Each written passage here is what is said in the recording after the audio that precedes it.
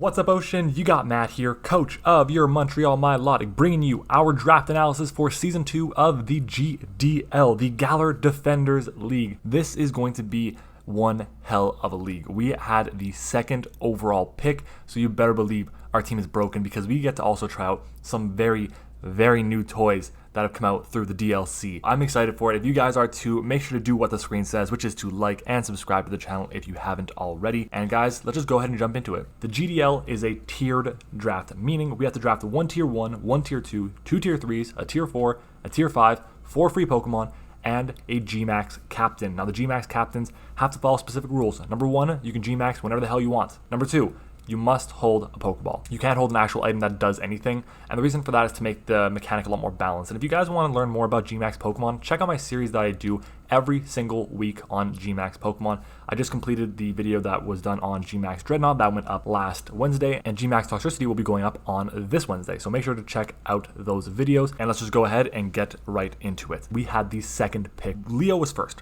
Leo was the champion of Season 1. He is one of the commissioners of the GDL, and he was able to draft anything. He could have drafted either one of the Urshifus or either one of the G-Max Urshifus. He decided to go another route. He got Mew, meaning I got to choose between Single Strike Urshifu, Rapid Strike Urshifu, G-Max Single Strike, and G-Max Rapid Strike. And in the end, I went with Single Strike Urshifu. Yes, if you guys saw the draft analysis for the BBR, if you guys missed it, that was on Saturday, we now have both Urshifus. We have the water one in BBR and we have the dark one, Single Strike, in GDL. And this Pokemon is honestly incredible. If you're just laddering on Showdown, you've definitely seen it in the OU tier, 100%. It is phenomenal. It's probably going to get banned from the OU tier, honestly, but it's still one hell of a problem. You slap a choice band on this thing, you're critting everything with Wicked Blow. Your opponent better have a fantastic option to switch into dark type attacks or else they're getting completely destroyed. This Pokemon really doesn't need to run much else. It's got Wicked Blow, Sucker Punch, Close Combat, U-Turn, some Elemental Punches, Iron Head, Poison Jab for Fairy types, so you really don't really need much else. It's got insane 130 in its attack stat, and it's got really solid bulk on the physical side with 100 HP and 100 defense. Its special defense stat is what's lacking at base 60, and its speed at base 97 is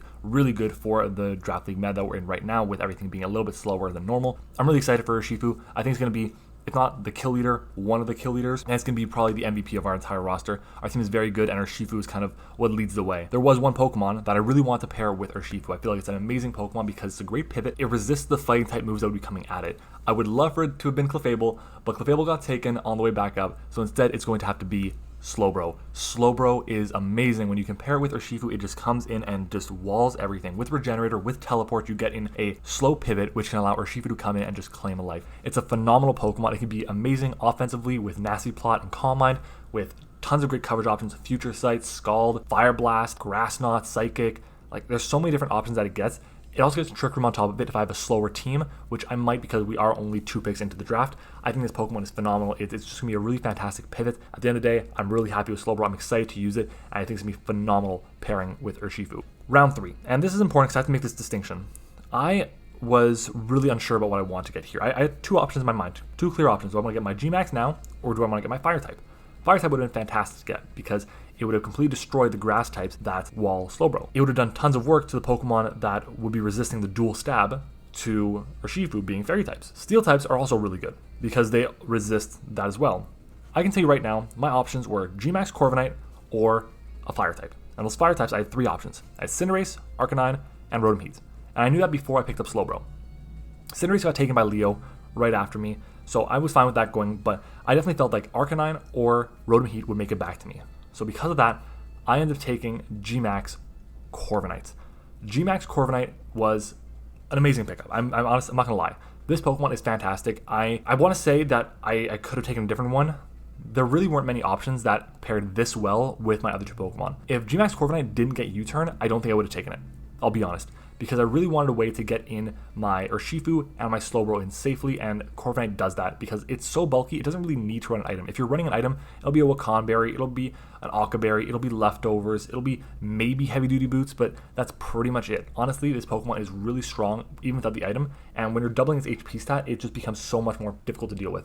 Gets access to max win rate, which is basically defog, and it's really good for me because I'm not the type of person that likes to just say, I'm going to run hazard removal because I expect hazards to come. It's very strong in its own right. I'm excited to use it. Unfortunately for me, it did mean I lost out on my fire type. Right before the wheel came back to me, Rotom Heat got sniped. Arcanine was sniped a good while ago, and that sucks because Rotom Heat was the perfect Pokemon for this roster. Fire type with momentum, gets defog, gets access to Nasty Plot, really decent coverage as well. It's a ground immunity too, that's not weak to electric or fire, which is great, which is basically what Corviknight is weak to. Unfortunately, it got sniped. We move on, but it definitely changed my draft plan a lot. And it meant that instead of taking it then, I had to take this Pokemon now, which I was going to take on the way back down, but it is what it is. And that Pokemon is going to be another Pokemon that pairs fantastically with my first three. Roserade. Roserade is very good because it gives me access to Spikes and Toxic Spikes, which is phenomenal. It's also a Fairy Killer with its powerful 125 special attack with Sludge Bomb and stuff like that. I think Roserade is phenomenal. 90 base speed is great. It's just a really solid Pokemon. I just wish I could have paired it with a Rotom Heat or a Cinderace or an Arcanine. But I digress. At this point, the wheel is going back down, and I tried to pick up a Pokemon that is going to do a lot of work for me because at this point, Tier 2 was looking kind of not great in my eyes. Tier 2 is a good tier, don't get me wrong. It's always one of my favorite tiers to draft from, but with the way my team is looking right now, it's not the best. And with the way things were shaping up in terms of snipes and everything, I felt like I had to go with this Pokemon right now, and that's going to be Sylveon. Sylveon wasn't my ideal choice for a Tier 2 Pokemon, but I have it nonetheless. It's strong, don't get me wrong, it really is. Hyper Voice with Pixelate Boost and its powerful 110 special attack, it's great. It's got ridiculous special defense, fantastic. It's got Baton Pass for momentum, it's got really decent coverage, Wish, Protect, Heal Bell. I'll take it. It's just not what I was expecting, but it does pair very well with my team. I'm not going to go too in depth on it because you guys know what Sylveon does. It's Sylveon, so let's just move on to the next Pokemon. And at this point, I really needed another ground immunity. I felt like that would be very important just in case Corviknight got weakened down, but it also gives me Defog, which is very nice. It gives me a fire type as well, and that's going to be Charizard. Yes, I've used Charizard before in the past, and I really enjoyed it. This Pokemon put in a ton of work, but mostly offensively with a Sub-Salac Belly Drum set, and it's very strong. It's a Pokemon that's also pretty fast at base 100, which will allow me to then get a fast defog off. So if my opponent wants to run webs against me, I can bring in a Pokemon that's got 100 base speed, not affected by webs, defog them away, and then my Urshifu, my Roserade can come in and just do a lot more work so they're not hindered by their speed. So I'm cool with that. I think it's a really strong Pokemon. It resists Fairy as well. It's a third resistance, which is nice. And Fire type is just really good in this generation, especially with heavy duty boots. So I'm really excited to use Charizard. I think it's going to be a phenomenal addition to the team, and it pairs really well, completing our quote-unquote Fire Water Grass core with Slowbro, Charizard, and Roserade. Moving on though, our next pick is actually going to be a Pokemon I was really looking forward to using. I really wanted to draft it in this season. I felt like it was going to be the perfect Pokemon to pair with Urshifu, or at least a really good Pokemon to pair with it, and that's going to be PALOSSAND. PALOSSAND is phenomenal. If you guys don't know, it got access to the new move, Scorching Sands, which essentially is a ground type Scald. It's 70 base power, it's a special move, and it has a 30% chance to burn, which is fantastic. Oh, and Charizard also gets that, by the way, I forgot to mention. But it also gives me my first rocker, which is very important. I don't have rocks on the team other than this Pokemon, and it's a very strong Pokemon, giving me access to a ghost type as well, which is immune to the fighting types that want to be hitting Urshifu. It is weak to Dark and weak to Ghost, but I do have Urshifu in the back, which resists both of them and destroys them with Wicked Blow or Close Combat. So I'm excited to use PALOSSAND. I think it pairs really effectively. It is slower, it doesn't get momentum. It's one of the only ground types that actually gets recovery. I'm excited to use PALOSSAND. I think it's a very good Pokemon with really good coverage options and it can do so many good things for our team. It'll be coming a lot more than you guys think it will. Our next pick, again, Pokemon I really needed because my speed is kind of lacking, and that's Raichu. Raichu gives me a Pokemon that, one, is immune to electric type attacks with Lightning Rod, which is fantastic. It gives me a speed tier at base 110, which is absolutely huge because at this point, my fastest mon is Charizard at base 100. I need something a bit faster, just plain and simple. 110 is pretty good. Obviously, there's going to be Pokemon that are faster than that, and they will be definitely threatening to me. But Raichu is really good because it's got phenomenal coverage options, Grass Knot, Surf, Thunderbolt. I believe it gets Draining Kiss now as well. It's got really good options for coverage, priority, and extreme speed. Nuzzle, which is nice to slow down my opponent's speed so I can just go in with Urshifu or Roserade or my next pick. And honestly, I think it's a very solid Pokemon. Again, more momentum on the team. The name of the game right now is momentum. Right now I have Corviknight, Urshifu, Sylveon, Slowbro, and Raichu. That's 5 Pokemon so far with momentum, and I'm about to add 2 more Pokemon with momentum. So I'm very excited for this. I think it's going to be a phenomenal addition to the team. Moving on, our next pick, I am so excited for this Pokemon. I think it pairs so damn well with Urshifu. I think, honestly, out of all the Pokemon in Tier 3, this is the one Pokemon that pairs the best with it. PORYGON-Z. Why, you may ask? This Pokemon, yes, it shares a weakness to fighting. I know that, okay? I know it doesn't really help in terms of typing, but Urshifu forces everything your opponent has to run physically defensive. PORYGON-Z gets download, so you get to pretty much automatically get a +1 boost in special attack on top of a Pokemon that's got 90 base speed, which is amazing. It's basically giving it a free choice specs. It's got phenomenal coverage, Tri-Attack hits everything for amazing damage. Shadow Ball for those things that are immune to Tri-Attack, Ice Beam, Thunderbolt, Dark Pulse. You get so many different options. It gets Nasty Plot, gets Agility, gets Teleport now, which is huge. So if my opponent's worried about this thing, I can just click teleport, switch out as they switch out, and then in comes Urshifu, and Urshifu clicks buttons. I am so excited for Porygon-Z. I think it's going to be one of the best Pokemon in the entire league. I'm excited for it. I honestly, the last time I used Porygon-Z was in the IBL like 2-3 seasons ago, and I actually went to the finals with that team. I did so good with it. People were saying just don't let Matt draft it again, and I got it now. 2 generations later, I picked up Porygon-Z. I'm so excited to bring this thing back. Our next Mon is going to be a Pokemon that I think is under-tiered.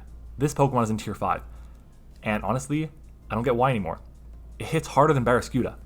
It's not as fast, obviously, but it hits harder than Barraskewda. Basculin. This Pokemon, and I'm kind of mad because Joey put out a video talking about how Basculin's broken in the like NU tier or something. I picked this up like 2 weeks before he put out that video because I'm like, Basculin's it's such a monster. Adaptability, flip turn, Aqua Jet, Liquidation, Hydro Pump. It's got such great coverage as well. Crunch, Psychic Fangs, Ice Fang, Ice Beam. Like, it's got so many different options to run, and it's such a great Pokemon with 98 base speed, which is 98 base speed is fast. And with adaptability, like, unless your opponent has a water immunity, they're not appreciating taking Basculin's attacks. So it's a really strong Pokemon. I think it's definitely going to be put up into tier 4 next season. People disagree with me. I'll be honest with that. People think it's not as good, but this Pokemon is really, really strong for the tier that's in. And I think, honestly, it kind of makes so our team doesn't really have any weak link. It is a second water type, but it does very different things than SLOWBRO does. So I'm definitely cool with having it on my roster. Moving on, our final pick in the draft, I need more hazards. Looking at my team, I have 1 rocker and I have 1 spiker. I need more. And I'm so happy because I was able to choose between Shuckle or Crustle. Shuckle gave me access to webs, stealth rocks, spikes, whatever I wanted, which I was happy with. I would have definitely taken. Crustle gives me access to stealth rocks, spikes, and shell smash. So it allows it to be a lot less passive, a lot more offensive, and a lot more unpredictable, I'll say. If my opponent sees Shuckle, then they're going to be like, okay, he's bringing webs, he's bringing hazards, he's just going to be doing that. If they see Crustle, they can say, okay, he might be a weak armor set, okay, he might be a sturdy set with White Herb and Shell Smash, he might be a hazard set. That's what I kind of want to run with this thing. So because of that, I did end up going with Crustle. Crustle is a Pokemon that Liv and I had used in the TBL together. We literally let off with this thing one week, clicked Shell Smash, and won the game in 6 turns. I swear to God, it was incredible. And the fact that we were able to pull that off is amazing because people sometimes, they overlook Crustle.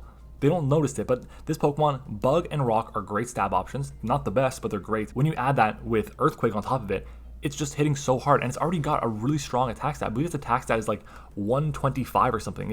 It's honestly incredible. Crustle's attack stat is, yeah, it's 105. Its defense is 125, excuse me. But this Pokemon is very strong. At +2, you're outspeeding a lot of things, even though you only have base 45 speed. You're not outspeeding any Scarfers, but at the end of the day, all I gotta do is put a dent in my opponent's team, and then I can sweep something with like my Porygon, my Urshifu. I hope you guys are excited for this season of the GDL. If you are, make sure to leave a like on the video, subscribe to the channel if you haven't already. Let me know which Pokemon you are most excited to see me use. I've already played my week 1 battle, so that'll be going up next week on Monday, so make sure to stick around, join us for that, and honestly, it's gonna be an absolutely incredible matchup against Frosted and our Copenhagen Saucebucks. If you're excited, join me on this journey.